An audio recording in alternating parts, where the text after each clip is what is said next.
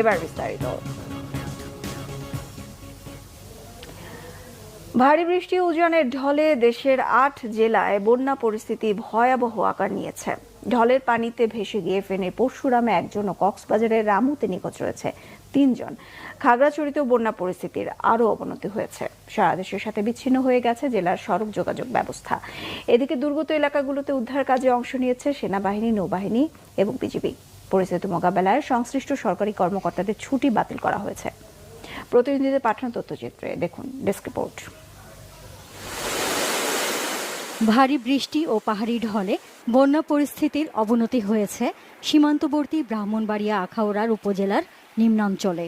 আখাউড়া, উত্তর, দক্ষিণ, মোগরা ও মণিঅন্দ এই ৪ ইউনিয়নের ৩৪টির বেশি গ্রাম পানিতে তলিয়ে গেছে। পানিবন্দী অন্তত ৫৫০ পরিবার। জেলা পানি উন্নয়ন বোর্ডের নির্বাহী প্রকৌশলী মঞ্জুরুল